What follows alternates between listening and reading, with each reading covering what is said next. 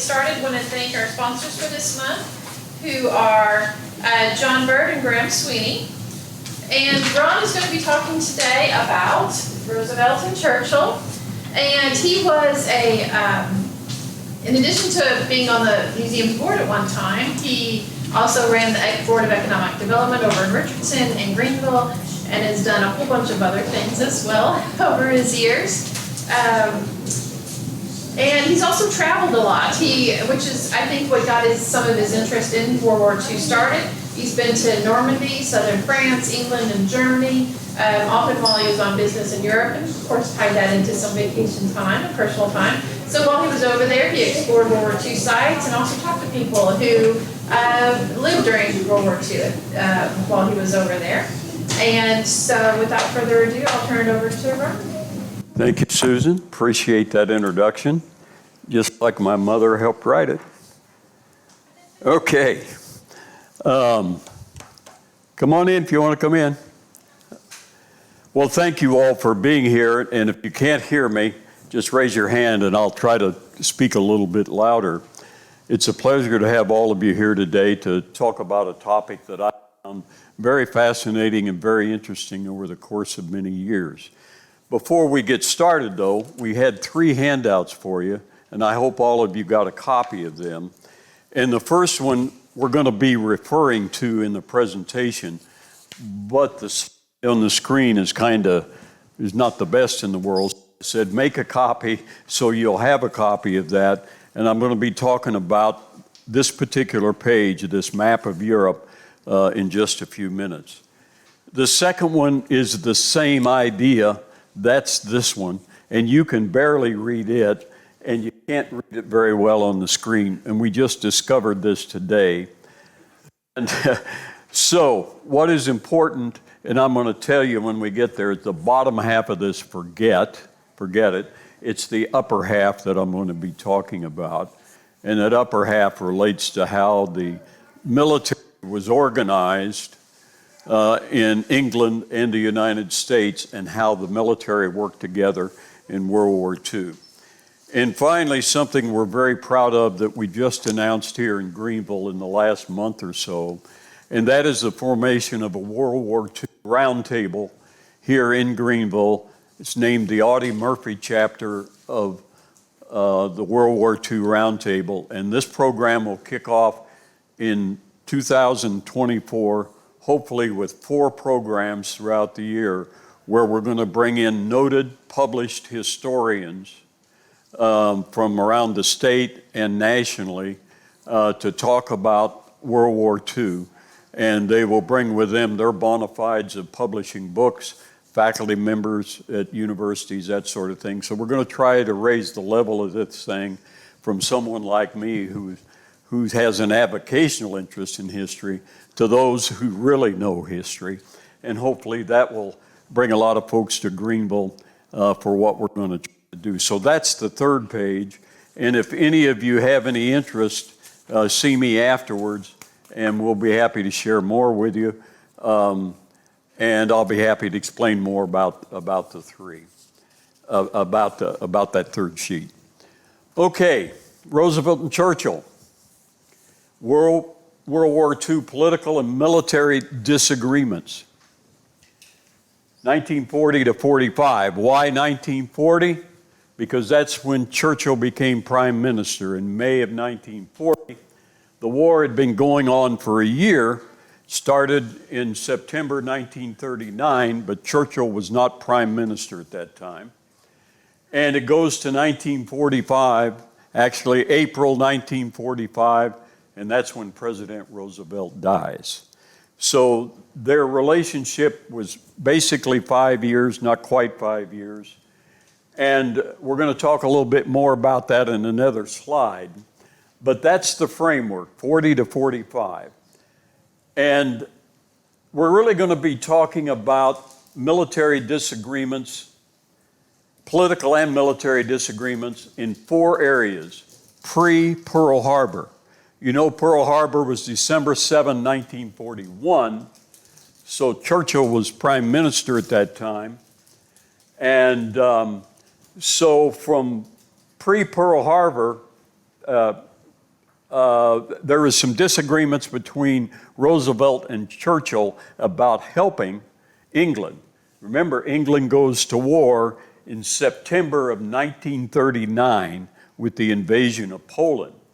So Churchill and Roosevelt are working together a little bit from 1939 through 1940-41 until Pearl Harbor occurs. So we're going to be talking about pre-Pearl Harbor issues and problems.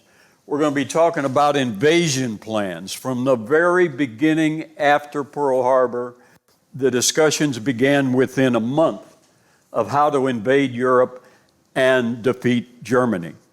And this goes on clear up until the invasion, almost to the invasion, the D-Day invasion on June 6th.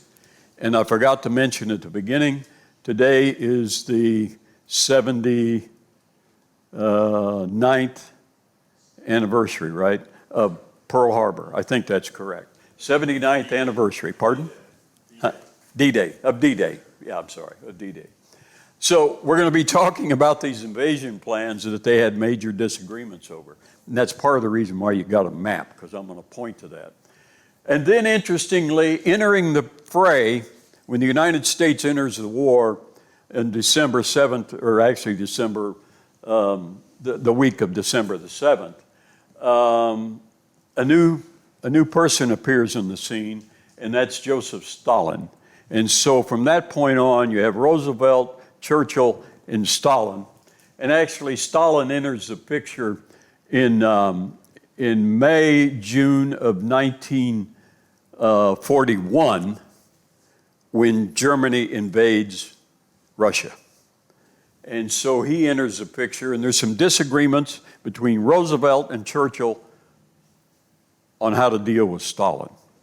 And finally, as the war moves closer and closer to conclusion, and both Churchill and Roosevelt sense that both Germany and Japan are going to be defeated, they began thinking about the post-war world.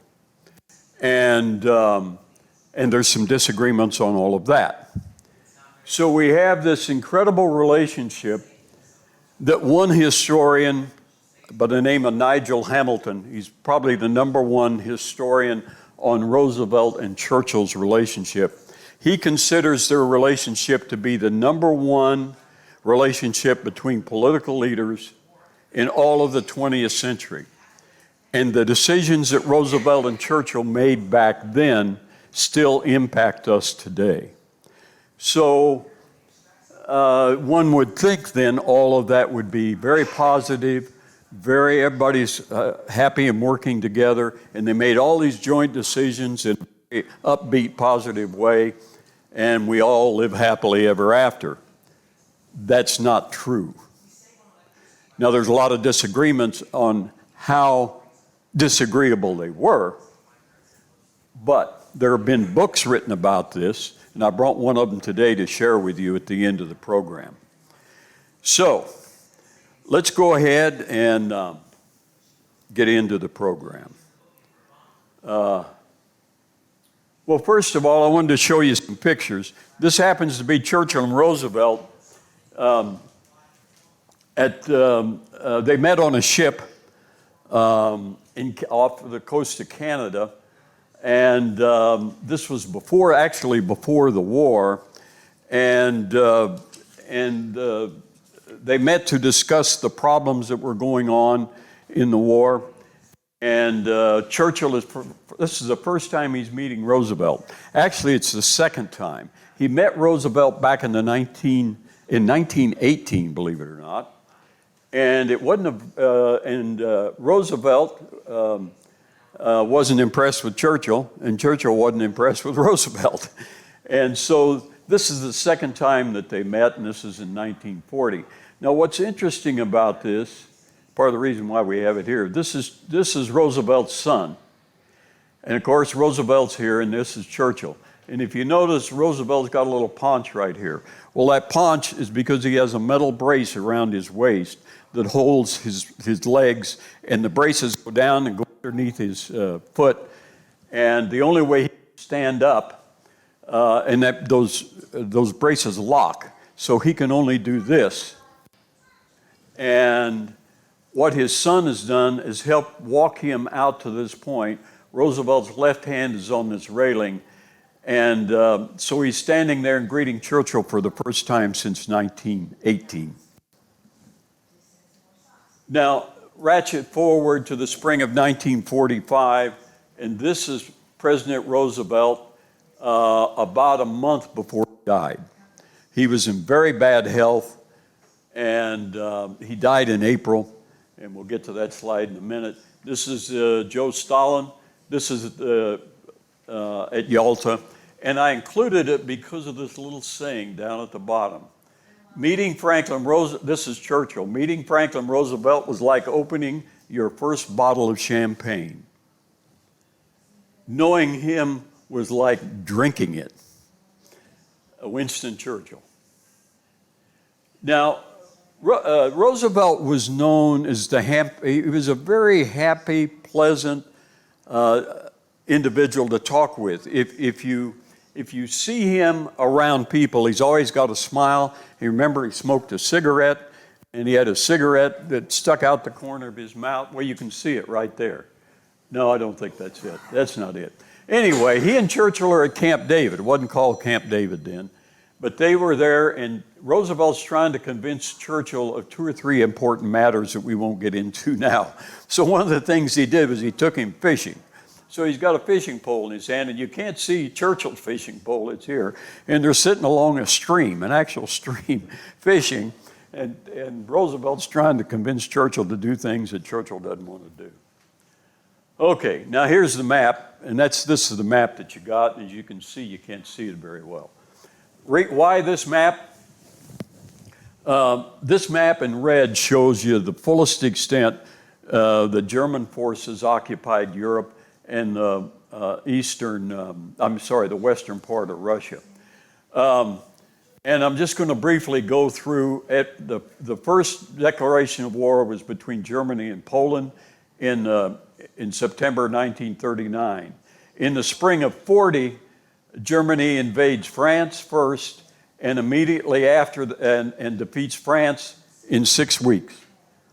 And a month later, they invade the Low Countries of Holland and the Netherlands and Belgium and Norway and Denmark. And then Italy is in the war as an ally of Germany. And then the next year, in 1941, Germany goes down into Greece and the countries to the southeast of them, like Hungary, in that area, and they take over those countries. And then finally, in June of 1941, Germany invades Russia. And this is the extent of the Russian invasion. Well, the Ukraine and Belarus is part of Russia too at that time. And Moscow is about where the R is in Russia. So they occupied a huge portion of Western Russia. And all of this will remain the same until about, we'll get into that in a little bit. But that's a map, and that's the reason I wanted to show you that map. And we're going to come back to it when we talk about some of the disagreements. Okay, now there's the third piece you have. And forget all this stuff down here. What this is, this actually is the command structure, the joint command structure between England and the United States for the invasion of Normandy. And the bottom part all relates to Eisenhower and his people. But what I'm interested in showing you is how the United States and England decided to fight this war militarily. And what they did right after Pearl Harbor was Churchill came to the U.S. and they sat down for a month with their staffs, and they decided that they would combine their military staffs, and their military staffs would be based in the United States. And so Franklin Roosevelt's up here, Winston Churchill is here. The combined chiefs of staff is what it was called. The United States was William Leahy, he was the chairman. George Marshall was the head of the Army, Ernest King, head of the Navy, Henry Arnold, the Army Air Force. And then the British side was Alan Brooke from the British Army, and I won't mention the other ones, but it's this organization that managed and run World War II for the Allies. All right, there's Roosevelt, and the highest ranking U.S. Army general in the U.S., Lieutenant General George Marshall. He's the chief of staff of the United States Army. He will play a major role in World War II, and he and Churchill doesn't get along oftentimes also. All right, and here's his counterpart with Churchill, Sir Alan Brooke, and this is a post-war photograph. And Brooke is famous for disagreeing with everybody. He didn't get along with Roosevelt. He didn't get along with Marshall. He didn't get along with Eisenhower, even though he was number 2 at D-Day for the British. And he was also promised command for the invasion of Normandy by none other than Winston Churchill. Well, Roosevelt had something to say about that and decided it was going to be an American. There's another story behind that. And that's how Eisenhower gets the command. Okay, here's a little bit about Roosevelt. Born in 1882, died in 45, married Eleanor Roosevelt. She was his 5th cousin. And so her last name didn't change. And her uncle was President Teddy Roosevelt. And he's the one that gave her away when she married Franklin.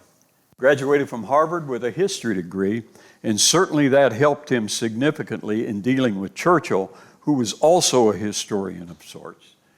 And they got along famously as they talked about history.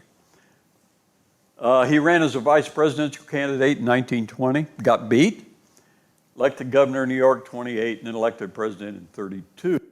And if you recall, the Depression started in 29. Herbert Hoover was the president then, and Roosevelt defeated Hoover in 32. And I mentioned a little bit, he first met Churchill in 1918. And for a Roosevelt to meet a Churchill, and then 30 years later, Churchill doesn't remember meeting a Roosevelt, is kind of the height of making you not feel too good about him, and that's certainly the way Roosevelt felt at one time. In fact, Churchill gets appointed prime minister in May of 1940, and Roosevelt asked someone who had just gone over to visit him and come back, and asked him if he was a drunk, because Churchill was known for his heavy drinking. And so Roosevelt wasn't too impressed with him right at the beginning. Now, he never showed that, he was the kind of president that would never make anything of that with Churchill. Okay, then here's Churchill. Born in 1874, only less than 5 years after the end of the Civil War. Grandson of the Duke of Marlborough. If you know your English history, the Duke of Marlborough is quite famous. He married Clementine Churchill, 1905, 5 children. Graduated from the Sandhurst Royal Military College in 1894, but that's not a 4-year college. It's a year, year and a half kind of thing. So he never actually graduated from a British university. Served as First Lord of the Admiralty in 1915, was cashiered because of a disastrous campaign. He was a lieutenant colonel in the military, and won't bore you with the details, but it related to the Dardanelles, which separates Greece from Turkey, and he led a campaign down there, and it was bad, so he got fired. And then he was selected as prime minister on May 10th, 1940. Why? Because Neville Chamberlain was the prime minister, and he had negotiated the treaty with Hitler on Czechoslovakia, and that turned into be a political disaster for him, and so he was forced to resign, and Churchill took his place. The day that Churchill became prime minister, Germany invaded France. And that's a key date when we start talking about Roosevelt and Churchill working together. And it only took 6 weeks for Germany to defeat France. The British were in France fighting the Germans. The end result of all of that was the British troops retreated to Dunkirk. You may have heard of Dunkirk. 250,000 of them. And the British organized a campaign to get them back to Britain, and they were very successful. Had they not done that, it would have been a totally different war, because of the cream of the British army was on the beaches at Dunkirk. Now, interestingly enough, he plays obviously an incredible role in England as a prime minister during the war. There's an election in July after the war is over in May, and he loses. Now, he doesn't lose, his party loses, the Conservative Party. And under British political system, the party that wins the most seats controls the government and selects the prime minister. Well, he got beat. The Labor Party beat him, and there's books been written about that, how that could happen. But nonetheless, he got beat. He comes back in the 1950s and becomes prime minister again. But that's another story. All right, here's an interesting thing about Churchill and Roosevelt. Their correspondence. Look at the number. There's approximately 1,900.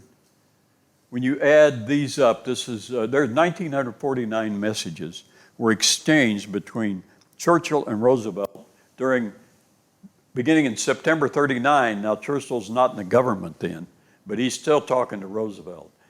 And between then and 1945, there were 1,949 messages and telegrams from Roosevelt to Churchill, Churchill to Roosevelt. And they were kept secret by and large until October of 1984 by the U.S. government. It's kind of interesting. Well, they were not allowed to be published, let's put it that way. Some scholars had access to it. There's a lot of disharmony, frankness, and strange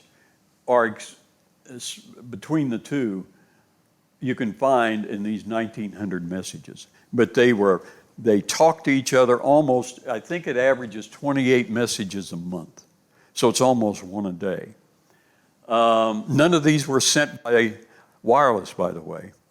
They were sent by undersea cables, and they were put in diplomatic pouches and taken across the seas to make sure that they weren't intercepted by the enemy. Okay. The controversies. I don't have them all listed, but the date of when to enter Europe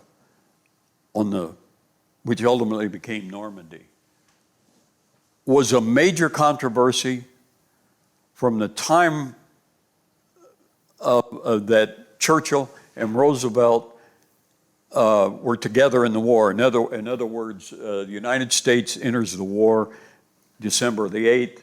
Churchill's been at war in 1941. Churchill's been at war, or England's been at war for a couple of years. So almost immediately the discussion is, well, we got to invade the continent. And that disagreement went on for 3 years. And we're going to talk about that more. The second disagreement was, well, if you're going to invade, where are you going to invade? That controversy went on for 3 years. With Churchill saying, here's what we ought to do, Roosevelt saying almost the opposite. And then I've talked a little bit about the controversies of invading Europe and broken it down a little bit. Churchill said we need to go up the Italian peninsula. We ought to cross into the Alps and go into Germany from the south. the American military leadership and Roosevelt were very much opposed to that.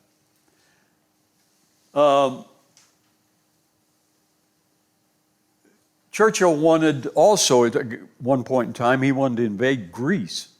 Remember that map we showed you? It's way off down into the eastern edge of the Mediterranean. And the reason that he wanted to invade Greece is he wanted to head off the Russians, so the Russians would not occupy as much of Europe as they eventually did. There was a big controversy over who should command Allied forces. Eisenhower had led the combined British-American forces in the invasion of North Africa, the invasion of Sicily, but somewhere along the lines, before Eisenhower was appointed to command overlord, Churchill, as I mentioned before, promises that command to Sir Alan Brooke. Brooke never forgave Churchill for not seeing that through, and that was part of the reason why Brooke, over the course of the war, after the war, till the day he died, had a chip on his shoulder about World War II because he was denied the top position when they invaded Europe through Normandy. Then there's a post-Normandy issue on the invasion of southern France. It's called Operation Dragoon. And again, I'm going to show you that on the map when we get to, I'm going to show you all of these disagreements again on this map because it's going to come back up. And then there was the Montgomery crisis and the March on Berlin. That's actually a military action that took place in 1940, late 44 and 45. Now, here is an interesting slide. There was one meeting before the U.S. entered the war, the Atlantic Charter Conference in August of 41. That's the one, my first slide, I showed Roosevelt and Churchill meeting. It's for that conference that took place. And it was actually to establish the views of the democracies toward a world order. And the view, that's not quite the right word, toward, after this war is over, how we'd like the world to be. And they talked about freedom of religion, freedom of press, freedom from fear, all of those kind of things. It's not the Four Freedoms Conference, that was something else that were not a part of any of this. So then there's 9 meetings between Roosevelt and Churchill plus their staffs during the war, 9 of them. And the first one is the one I just mentioned earlier, 1940, December, January 41, 42, is the first Washington conference when Churchill comes over to the U.S. after Pearl Harbor. He brings 30 or 40 people with him, and Roosevelt lets him live in the White House. And he lives in the White House for a couple of weeks, no longer than that, from December 21, I think, to about January 15th, something like that. So he actually lives in the White House, plus several of his aides, something nobody's ever done before. And then over here on the right is the major decisions that they made in each one of those conferences. This one, they decided it was going to be a Germany first. They're going to defeat Germany first for a lot of reasons. We won't get into all of that. But Japan would be second. That was kind of tough on the Americans because who bombed us to get us into the war? Well, it wasn't Germany. It was the Japanese. So there was a lot of public opinion, a lot of political opinion that we ought to go after Japan first and let Britain handle their own problems. They'd been in war for almost 2 years. So let them handle their own problems. The second conference doesn't have a name, but they make a decision to invade North Africa. And this is one of the major disagreements between Roosevelt and Churchill. And when we see the map, we can show it to you again. But the American military said, we need to start planning right now, in June of 42, to invade Europe. And it always was a single point invasion. In other words, you're going to pick a place and you're going to invade, and then you're going to spread out the armies as you move toward Germany and control everything as you Germany. Churchill says, I don't want to do that. He said, the best way to defeat Germany is we need to start nibbling away at everything she has that she's taken over and try to recover it in little tranches, a little bit here, a little bit here, a little bit here, and we eventually will end up in Germany. Now, why did he feel that way? He felt that way because nearly right at 400,000 British soldiers were killed in World War I. And Churchill was an officer in World War I. Another 180,000 or something like that were wounded. They lost so many men that the birth rates in England, as you get toward the late 30s, were impacted because they'd lost so many men. So that was one reason. Another reason was that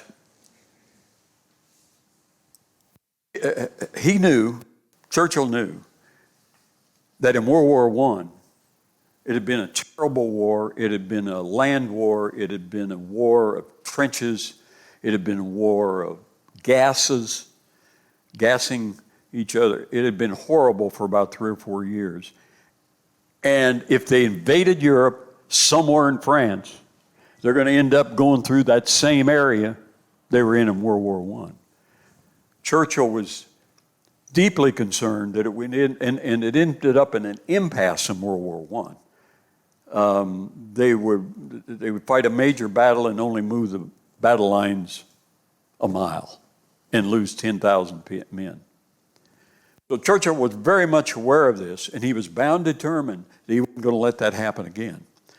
So if they end up going through France and we're all there together, and Germany is facing you from the east looking at you west, and you put everybody together like they did in World War I, it's going to be an impasse.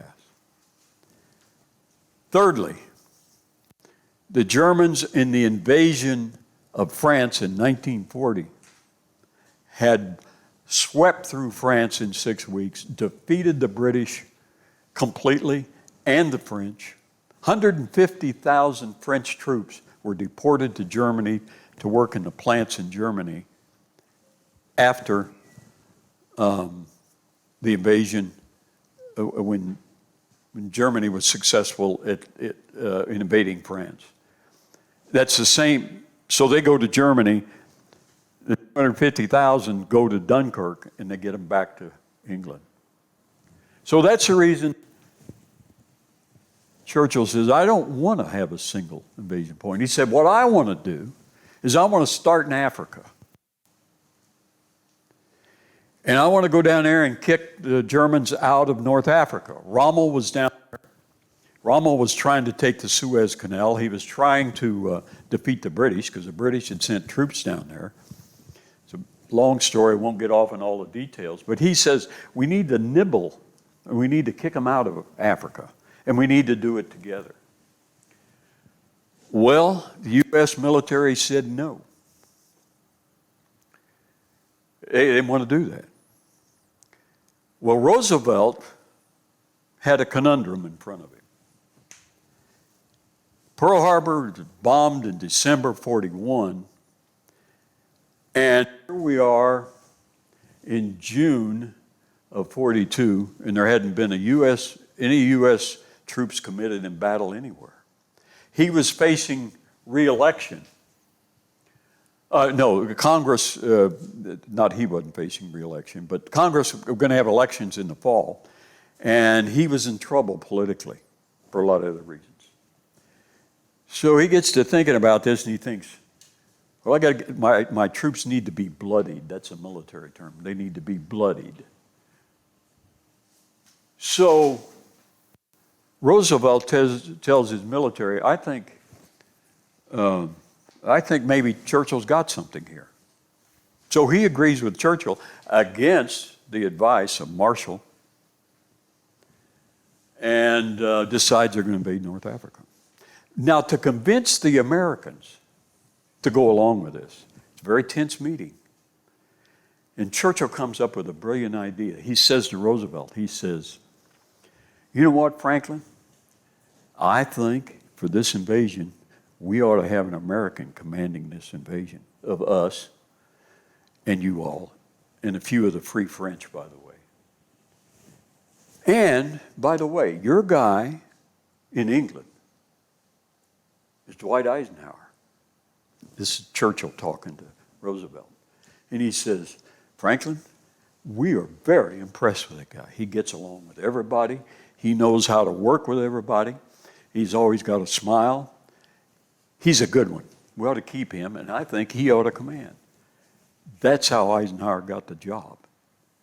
So the first major decision they have between Roosevelt and Churchill, Churchill wins. The invasion occurs. Now, here's another thing. Roosevelt just keeps urging them, hey, try to land before November, the election day. For God's sakes, try to get over there and get started. Well, they don't make it. Marshall tells Roosevelt about 2 weeks before. He says, nah, it's going to be November the 8th or something like that, November the 10th. Roosevelt never says a word. But anyway, Roosevelt gets beat badly at the polls in that November. But had the men landed and had the invasion been started to fight the war, he probably would have done a lot better. But anyway, that's the second, the no-name conference, invade North Africa. That's where that decision was made. Then the third one is a fascinating conference. It's at Casablanca. And Roosevelt decides that he's going to go overseas and he's going to be at that meeting. And he and Churchill, and it's in January of 43. The invasion is in November of 42.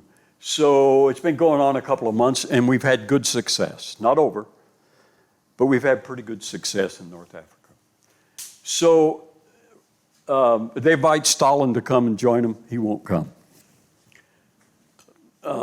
So they meet in Casablanca, and they are going to then make another decision about what they're going to do if they complete the North African campaign successfully. And one of the things that Roosevelt was a great man of history, and he had studied the debacle of World War I. He'd studied the debacle of World War I on the peace conference that occurred afterward, and the League of Nations, which was a disaster. And he concluded that this war was so bad, and by this time, of course, the Russians are involved, and the killing is so awful, and there is some evidence of what's going on in Eastern Europe with the murdering of the Slavs and the Jews, etc. There's some of that evidence is now known by both Churchill and Roosevelt. And so Roosevelt decides we aren't going to do the same thing we did at the end of World War I, where we got everybody that were the victors, and we all argued it out, and then we told Germany, here's what you're going to have to do. He decided we're going to have unconditional surrender. Now, many of you who know the Civil War know U.S. grant, unconditional surrender grant. So he decides that that's what we ought to do. And we'll then decide, the victors, which is going to be England and the United States, and probably Russia. We'll decide what's going to happen to Germany, the three of us, not all the rest of the countries. And so he announces it at a press conference. Of all things. There's actually a photograph of the press conference where this happened. Churchill is blown out of the water.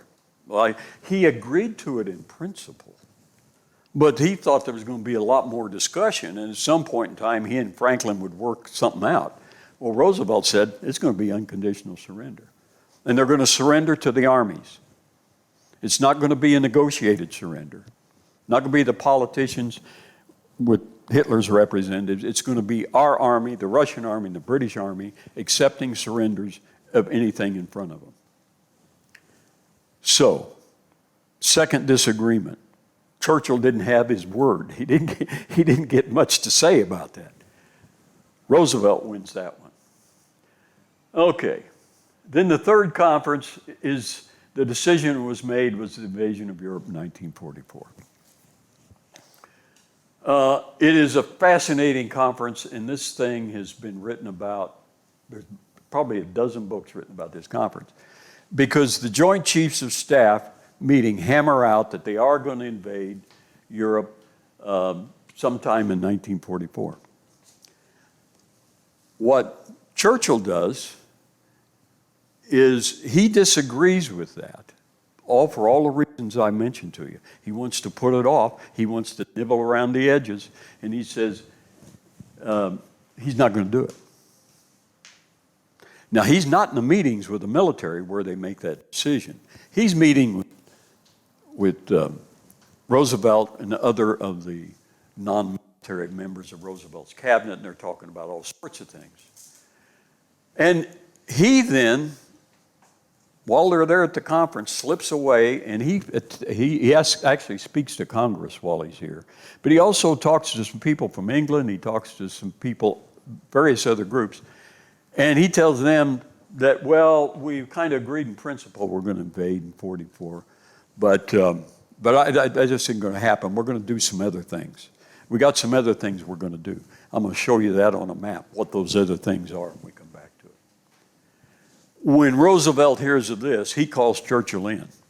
I'm paraphrasing all this, but hey, Churchill, your men agreed, our military agreed, we're going to go in 44 somewhere and at some time. And now you're out here talking to people saying, well, it's in principle, we might go, we might not go. So he, face to face with Churchill, hammers it out, and Churchill finally agrees, yes, okay, we're going 44. Where? We don't know. So mark that one up to Roosevelt. Then let's come down here to the Tehran Conference. Now, this is with Stalin in November, December 43. And they finally meet with Stalin. And they meet in Iran at the city of Tehran. And it's the first time they get the big three together. And among other things, they say Stalin has been from the very beginning telling England and the U.S., I need a second front. I need you to do something major to take the pressure off of me.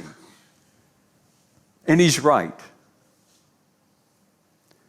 The estimated dead of the Soviet Union in World War II until the last 4 or 5 years has been somewhere between 25 and 30 million were killed. Now, some recent Russian research says it's quite a bit less than that. But the point was, Stalin's doing the slugging against the Wehrmacht, and he's getting millions killed. We're fighting a little war down in North Africa, but he's the one that's really fighting the Germans. So at the conference, they say, yeah, we're going to invade in 44. Stalin does something that's very typically Stalin. He just kind of sits back, gets everybody's attention, and he says, you don't invade any place. You don't put armies in the field to go do anything unless you have a commander, somebody's in charge. Who's in charge of this invasion? Well, nobody was in charge at that time. And he gets very upset. He said, well, you aren't going to invade then until you have somebody in charge. Roosevelt then, there's a break in the meeting, or maybe it goes on a while, and then at that evening, I think is correct, Roosevelt gets his guys together. And he says, we got to tell Stalin who's going to lead the invasion. Now, there's another story we can't get into now about Marshall leading the American troops. We'll put that aside. Fascinating story. But he selects Eisenhower. So he tells, George Marshall writes it out on a slip of paper that Eisenhower will command the invasion forces in 1944. And that slip of paper was given to Stalin to read. Marshall got it back and later gave it to Eisenhower, and it's now in the Eisenhower Museum out in Kansas. So that's how Eisenhower commands the invasion of Normandy. And there's a whole lot to that about where they're going to go. At that time, they didn't know they were going to go to Normandy. They thought they were.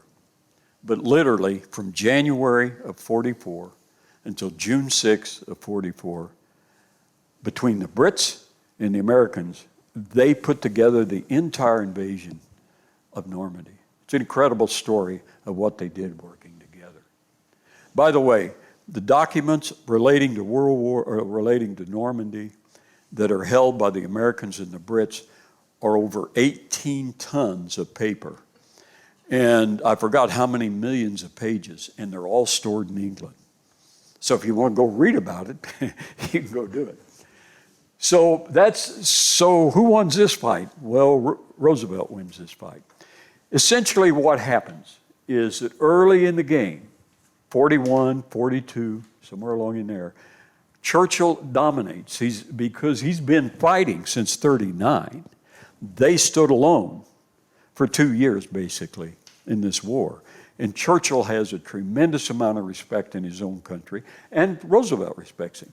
So early in the war, Churchill kind of gets his way. But as the war progresses, first of all, he runs out of men. That's another story. And so we bring more and more men in. And at the end of the war, we have 8 million men in the service. And we have 16 million who served in the military in World War II. So we ramp up, and the arsenal of democracy ramps up on everything that we built, tanks, airplanes, ships, and so forth. We became the dominant power. And Churchill, by the end of the war, was just shaking his head because that's all he could do. He was bankrupt. He didn't have any more troops. Montgomery had told him right after the invasion of Normandy, Montgomery was told by the folks in England, he commanded the British forces, that they couldn't replace the people who were getting wounded and killed. So by the end of the war, the number of Brits fighting the war went down. And as a result, Churchill's impact, Churchill's ability to influence was not as great. So then this Yalta conference occurred again with Stalin. And it all related, by and large, to they made the final decisions on how they were going to occupy Germany and final decisions on how they were going to occupy Berlin. And a bunch of other things that related to war crimes and so on and so forth. But basically it related to division of Germany. And at that conference, this is in February and the war's over in May. Churchill is saying to Roosevelt, of course Roosevelt dies in the middle of this, and then he says to Eisenhower, we've got to move rapidly into Germany, and we got to take over all the land we can to keep the Russians out.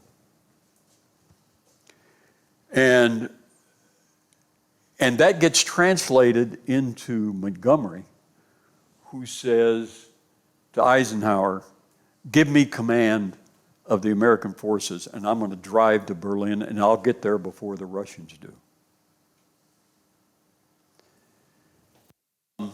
And that's what Churchill wanted to do.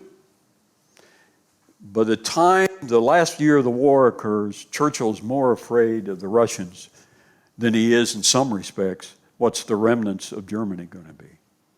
And he's awfully afraid that Stalin is going to take over potentially everything to the French border. And So he wants the Allied powers to move rapidly. And Montgomery says, I can get there before the Russians. Patton, on the U.S. side, says, give them all to me. I'll get there before the Russians do too. Well, Eisenhower took a look at what they decided here on the division of Germany, and he says, if I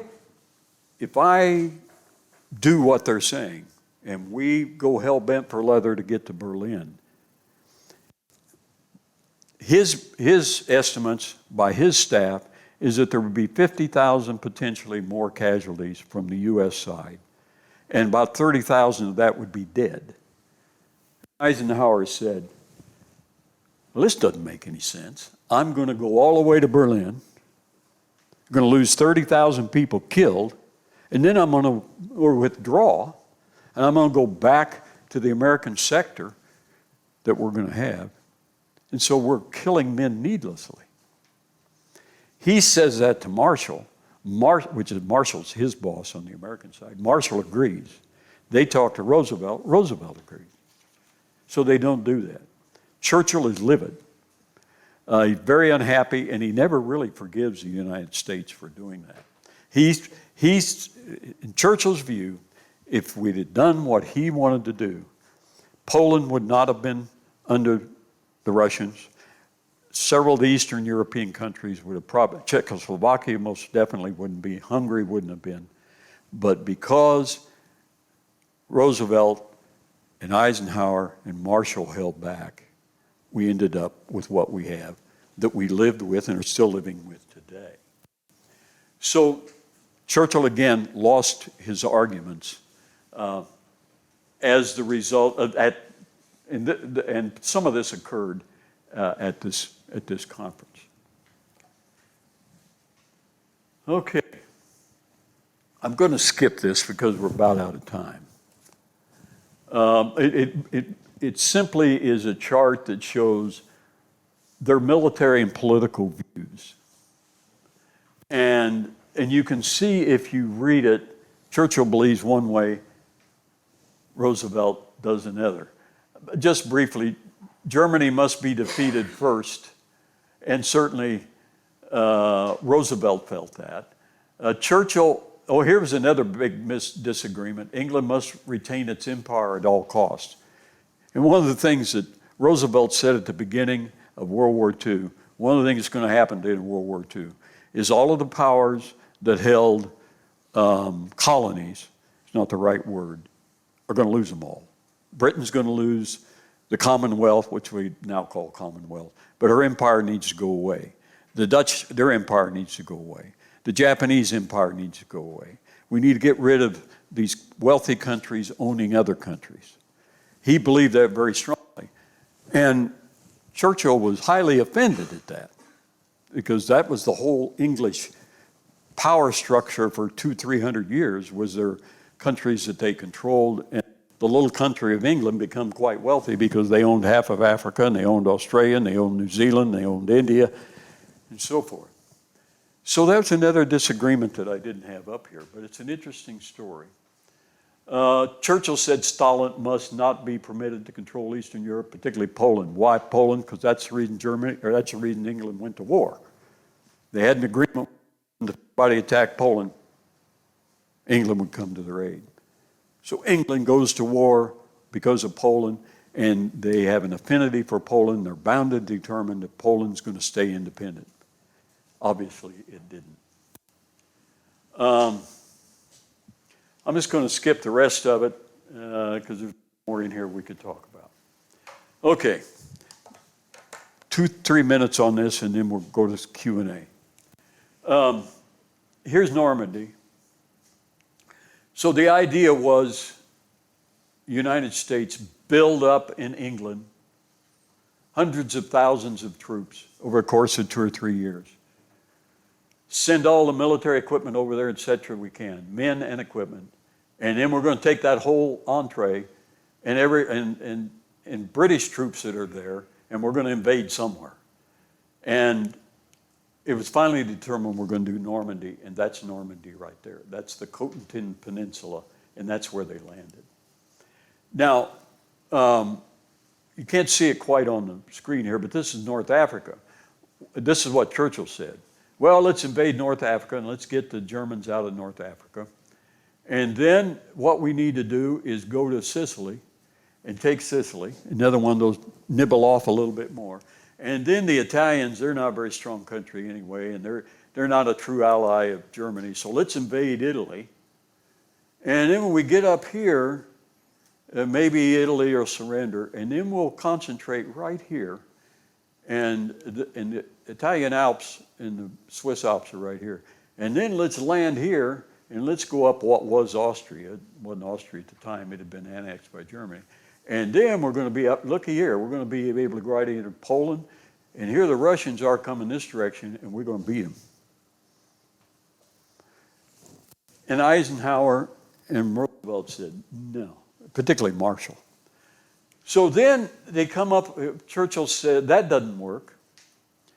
And so Churchill says, let's go down here in, it's an island that I forgot the name of right here. And they said, let's take this island. And Turkey is neutral in the war. I think we can get her to come in on our side. And then between the British and Americans building up over here and bringing Turkey into the war, we can go up this way. And the Russians are going this way, and we're going to beat them again. Marshall and Roosevelt said, no, we're not going to do that. So the final thing is, part of Eisenhower's planning on D-Day, and this was all agreed to by the British, by the way, initially, is that we're going to land here, and then assuming it goes well, we don't get kicked off, and assuming we're fighting pretty good and doing well, then what we're going to do a couple of months later, we're going to land down here on what we now call the French Riviera. And then we're going to land troops here, and we're going to march up this direction. And because we're doing well here and we're about ready to go into Germany, these two forces are going to meet, and then we'll overwhelmingly move ahead. Churchill opposed it. No, that was unnecessary. What he wanted to do again was take that whole bunch of, all of that was intended to go in. This was called codenamed Dragoon. Take all that bunch and go around Italy and come up and do this again. and Eisenhower's finally the one that told him no. He didn't even go to the president. He just told him no. One little anecdote here. Eventually, Churchill comes to support the invasion of Normandy, Overlord. But he tells Eisenhower, I'm coming with you. I'm going to be on a ship, and I'm going to come with you. Eisenhower says, no, you're not. Now, he's telling the Prime Minister of England, no, I don't think you should. And then he's going back to Marshall and say, hey, Marshall, Churchill says he's going to go with me on the invasion, and we don't need that. And so Eisenhower does something. People sometimes don't really catch how good Eisenhower was. Eisenhower had an appointment with the king for some reason, and it was all legitimate. So he tells the king, hey, your prime minister wants to go on the invasion in a boat and land 24 hours after we land, and he can't do that. And the king said, let me take care of him. I'll take care of him. So the king calls Churchill up, and he says, I understand you're going to try to go with the invasion. And, yep, I'm going. He said, well, if you're going, I'm going. And Churchill just looks at him, and the king says, if my memory's correct, I'm your boss. And that ended that. Churchill ended up not going. So enough said about the whole thing. It's a highly complicated issue, but you've got enough to see how it all ended up. Now, did Roosevelt and Churchill ever have bitter, face-to-face, knockdown, drag-out fights? Generally not. There was letters exchanged, telegrams exchanged, a lot of dialogue one-on-one, and ultimate decisions made a little bit later. Churchill said the best friend that England ever had in all of its existence was Roosevelt. And Roosevelt thought the world of Churchill by the time the war was over. So enough said. Anybody got any questions that they want to ask about the whole thing? Well, my personal favorite is the The German intelligence knew all about it before it happened. But their sources were from French sources. So when they translated Casablanca, they thought it was the White House in Washington DC, not in North Africa. Yeah, Goebbels, I think, was the one who was involved in some of that, yeah. So they did, their intelligence was in some respects as good as ours. But they translated Blanca, and Blanca mean white. Right, Yeah. It means white, it does mean White House in Yeah. English. That damn registered before with me. Why not? Yeah, yeah. That's probably one of the most fascinating conferences because the press was there. It's amazing. They end up at your meeting to talk about the war, and you got literally hundreds of staff on both sides in Casablanca, and they invite the press to come over. Now, they don't sit in on the meetings, but Roosevelt ends up having this press conference, and he works that out in advance before he leaves because he wanted to then use if he got his way, to use that conference as a public statement of the next year directions of the war, and we're leading it. Churchill and myself are leading it, and we're meeting in Europe, wanted to make a statement. The President of the United States left and went to Europe to be a part, or North Africa, to help, illustrate to the Germans this is real stuff. Other questions? Well, the other thing, you mentioned how bad Britain was towards the end of the war. Or you had mentioned about how short Great Britain was for manpower. With the end of the war, they were drafting back into service men they had released in 1917, 1918, that had been released because of wounds, and putting them back on the front line. When they were taking over I think it was Hamburg, a lot of the men involved had actually been World War I. Oh, at the end of the war. Yeah. Yeah, okay. But they were calling back men they had released for medical reasons in the First World War because they had lowered their standards so much because they had no manpower left. As a point of reference, the United States lost 480,000 killed, or 420,000 in World War II. And between Brits, World War I, World War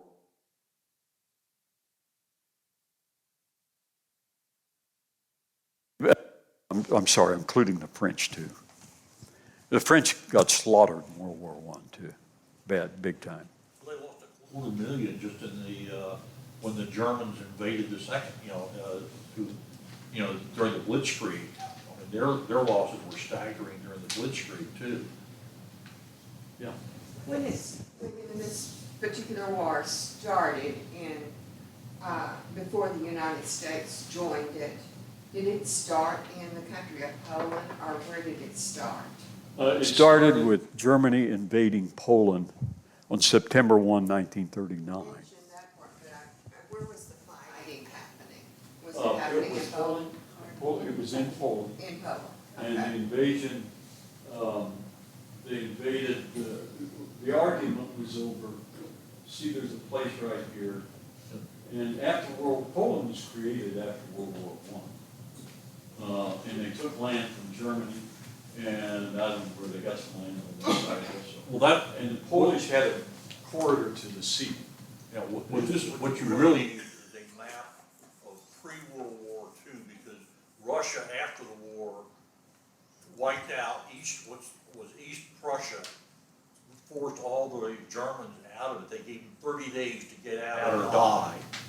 Part of that land was part of Belarus, and part of Poland was taken away from them, and they in turn got part of East Prussia.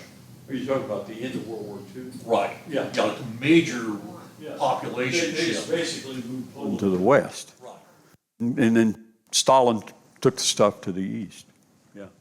In fact, West Germans, before their unification in Germany, I ran into some Germans, and their controversy was when they were asked to serve in the German army under their peacetime draft, their loyalty oath called for them to defend Germany, and they didn't know where the real German border was, whether the Oder-Neisse or further east.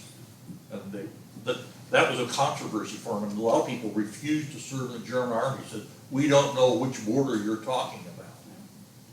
Well, all of this area right in here, in the last century, it's all been fought over and boundaries moved around in a variety of ways.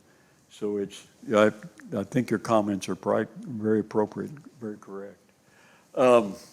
Anybody else got any other questions? I got one more thing to cover with you before you leave. You have a sheet of paper that talks about the founding of the World War II Roundtable.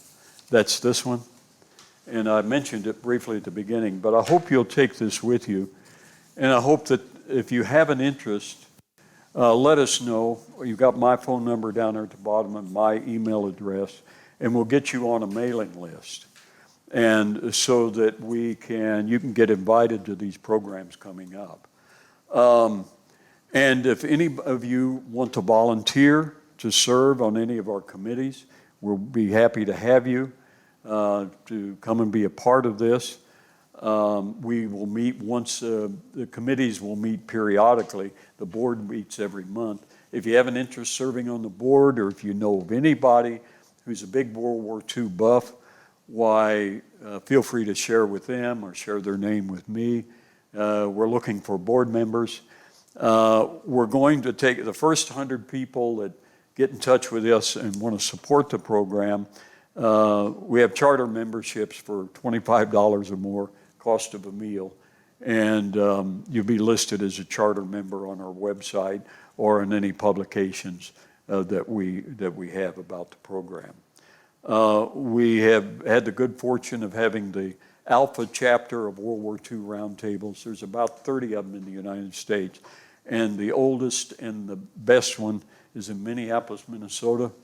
They will average 150 to 200 people per meeting. They meet 11 times a year. And the guy who founded that gave us, Susan, half a day, maybe 2/3 of a day, visiting here to share with us how to start a World War II roundtable. They're somewhat similar to Civil War roundtables that you may be aware of. But we're honored that the museum has agreed it's named after Audie, and Susan and the chairman of the board are ex officio members of the board of this organization. It is 501c3 of its own. But anyway, we hope we can pick up some support from all of you in some form or fashion, and just let me know and we'll go from there. Thank you all. Thank you for your time.